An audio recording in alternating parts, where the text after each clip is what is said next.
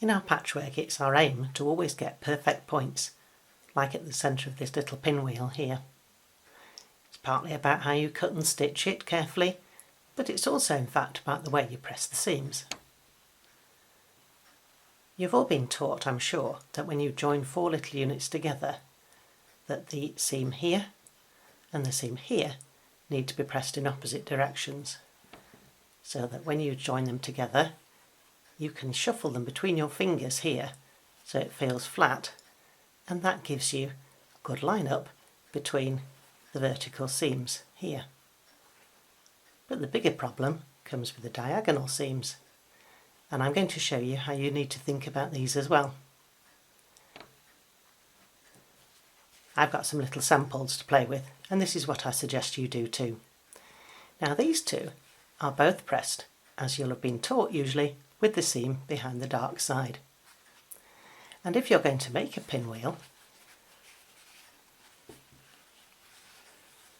when you stitch these two together like that, when you put them together to prepare to sew this seam, what you need to do is to make sure that those two diagonal seams are shuffled flat.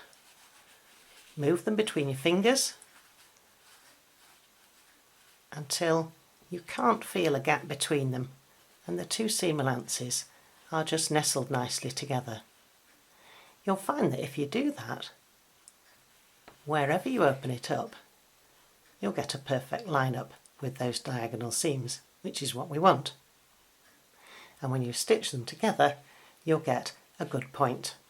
Here's a block that I've partly completed, which is going to have a pinwheel at the centre here. When I come to stitch it, I'm now ready to stitch this seam along here. And what I need to do is make sure first of all that the vertical seams are pressed opposite, and I line those up by shuffling it between my fingers, but also I make sure that this one and this one are shuffled flat, and at the same time these two are shuffled flat as well.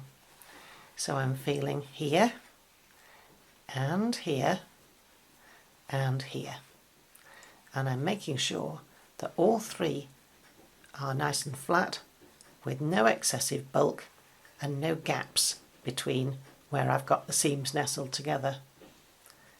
Now if I stitch here through the crossover of the seam allowances, you'll see that I'm going to get a perfect point in the centre.